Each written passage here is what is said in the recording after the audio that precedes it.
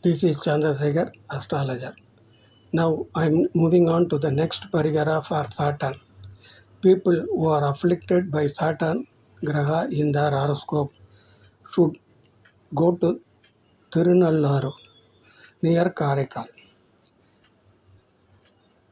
They should stay on Friday night over there and should take a dip on the pond, namely Nalatirtha, on Saturday morning and should go directly to Darbariswarar and Iswari on the temple and should pray immensely with them. After praying with Iswaran and Iswari, they should come to Saturn Sannadhi and should do Archana on their names.